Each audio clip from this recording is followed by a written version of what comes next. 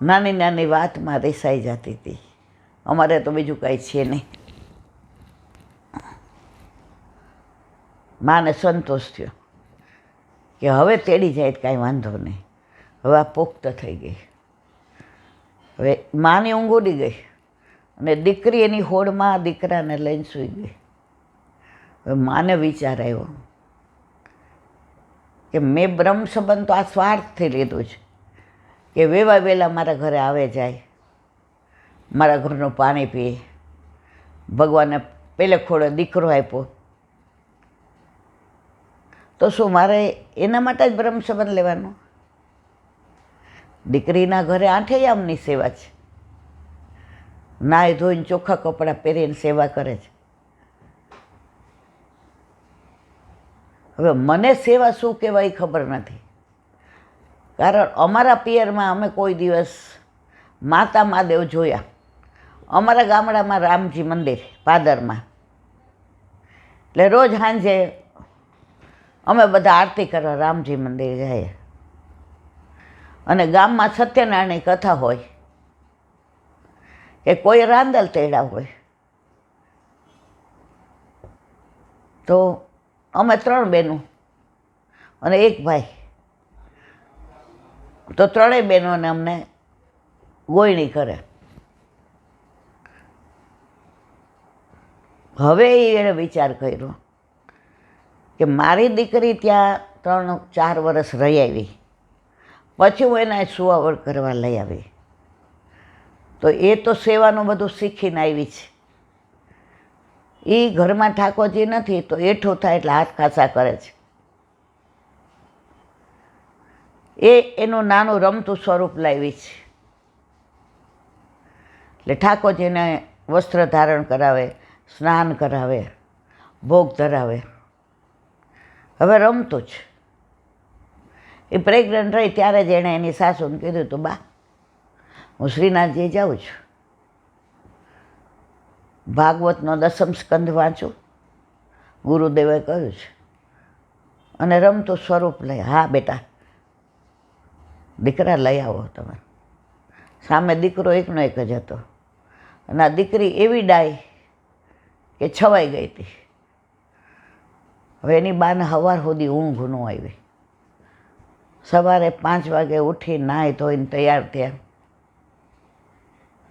દીકરીને કે હાલ 2 મહિના પૂરા થયા ને, 3જો મહિનો બેઠો. ગુરુદેવના ઘરે લાલિયાને દર્શન કરાવવા. દંડવતને એવું હજી આવડે નહીં, હજી નવી જ હતી. દીકરી કે બા ગુરુદેવનું ઘર તો અહીંથી નાના ગામડામાં તો જેવી રીતે અમરેલીથી ને હલડી થાય એવી રીતે એ લોકો રહેતા હતા. એટલે કે કાંઈ વાંધો નહીં, તાર બાપાને કહું છું ગાડા ઉપર ઓલું કરી દે એટલે તડકો ન લાગે. અને હજી 5 વાગ્યા છે. નાહી ધોઈને તૈયાર થઈને 6:30 નીકળી જાય. 1-1.5 કલાકનો રસ્તો.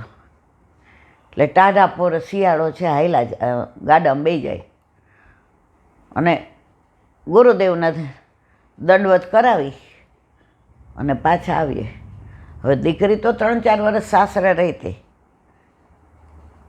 તો એને એમ થયું નામ જ પમાવી લઉં. મારું ગુરુ ઘરે એ,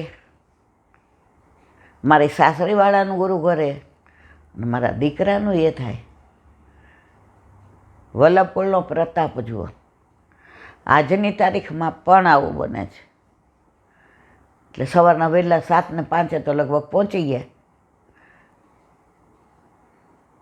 ગુરુદેવ સંધ્યાવદન કરતા હતા. બહારથી આવતી જોઈ દીકરીને. હવે એમના ઘર સાથે એમને ગુરુદેવના ઘર જેવું. અરે અત્યારમાં બેટા? હા, પછી મોડું થઈ જાય ને. એટલે ગુરુદેવ શબ્દ ઉપર હસ્યા. એણે એ અર્થમાં કીધું પછી તડકો થઈ જાય, એટલે કે પછી મોડું થઈ જાય ને જરાજ, અંદર આવું. હા, આવી જાય. આ પાઇલ્સ તો લોહી પી ગયા છે. તો અંદર ગઈ અંદર વહુજીને કીધું કુમુદિની આવી છે, જરા જોજો.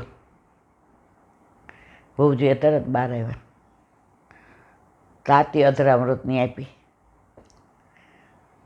અત્યારમાં દીકરા ભાભીજીનો સ્વભાવ તો એવો જ સુંદર, માને ભૂલી જાય. અહીંયા શું ત્યાં સુધી આને નામ પૂમાવી દો. બહુ રોડું કામ કર્યું બેટા. જાશે ત્યારે કંઠી પહેરીને જ જાશે સાસરે, એમ ને? હા જયરાજ. હવે જે એ સંધ્યાવદન પહોંચી લીધું એટલે આ દીકરીને બોલાવી.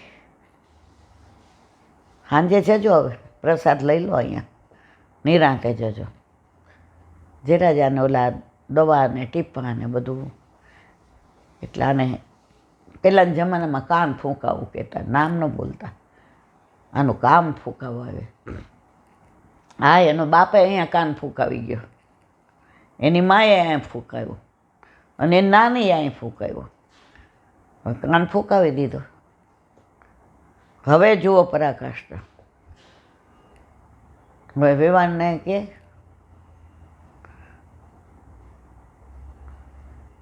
તમારે ઠાકોરજી લઈ જાઓ, પધરાવી જવાના છે ને? હવે હા કે તો હાથ કપાય, ના કે તો ના કપાય.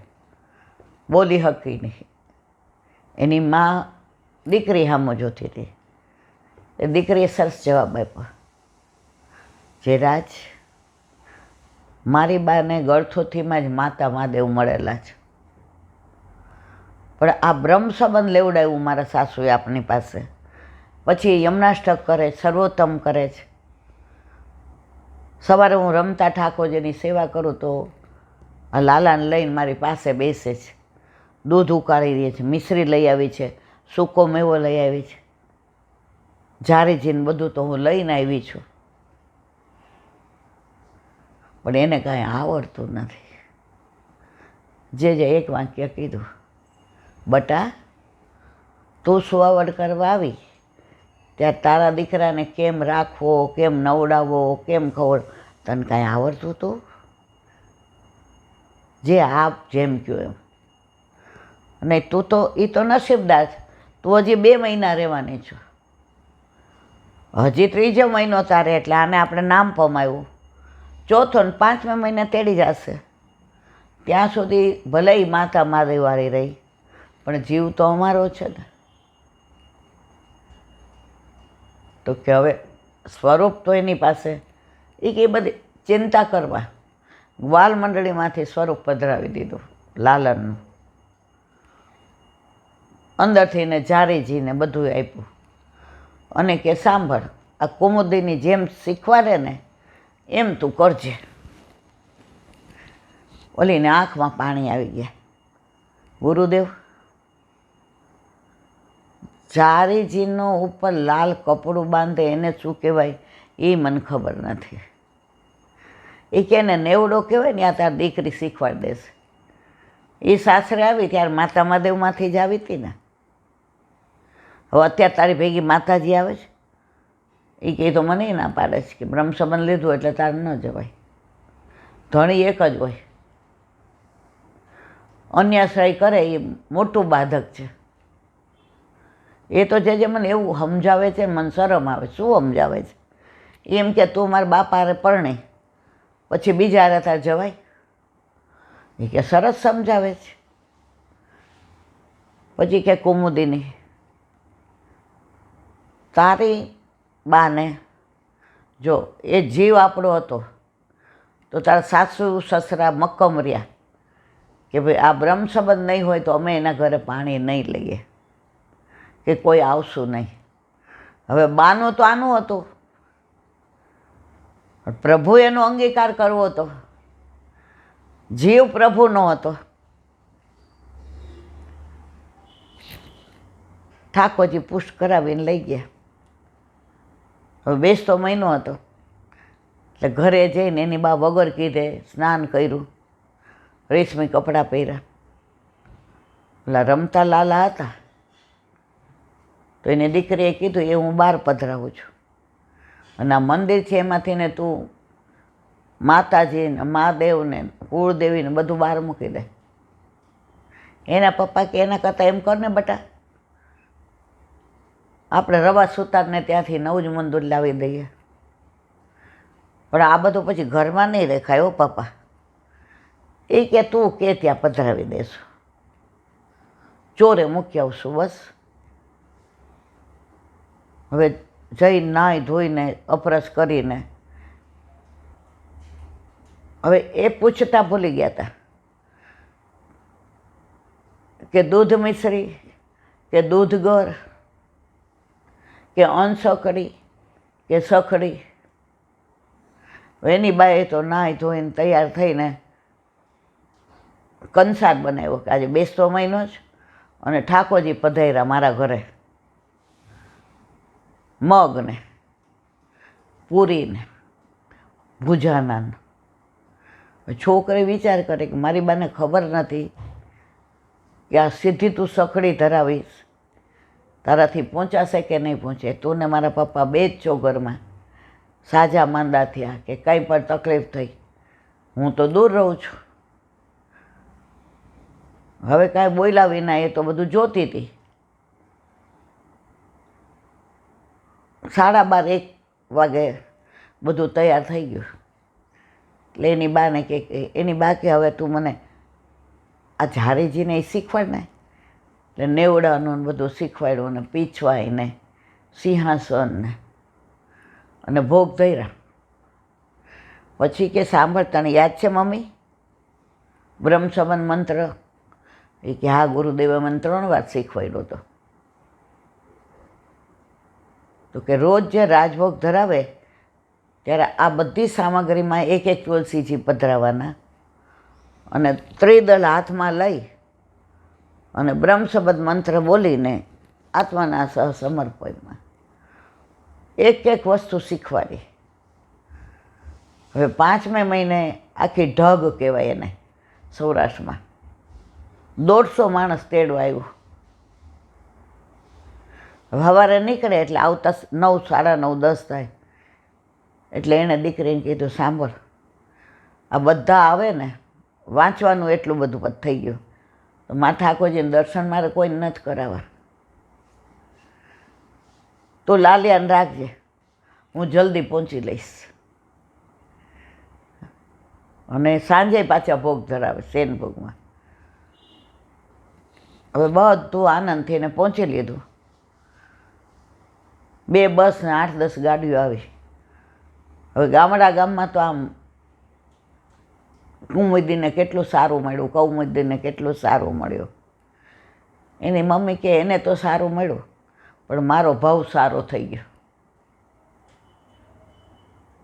પછી બધું એને જે કરવાનું હતું, 5 વીઘા જમીન હતી, 3 વીઘા આપી દીધી કે જીવીએ ત્યાં સુધી અમે વાવશું, અમે મરીએ પછી 3 વીઘા એની, 2 વીઘા એની ને 3 વીઘા અમારા ગુરુદેવને.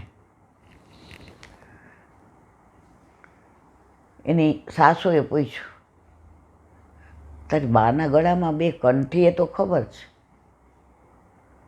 પણ બધી ભાષાએ પુષ્ટિ માર્ગે બોલવા માંડ્યા. એટલે કૌમુદીએ કહ્યું, સાંભળો મમ્મી,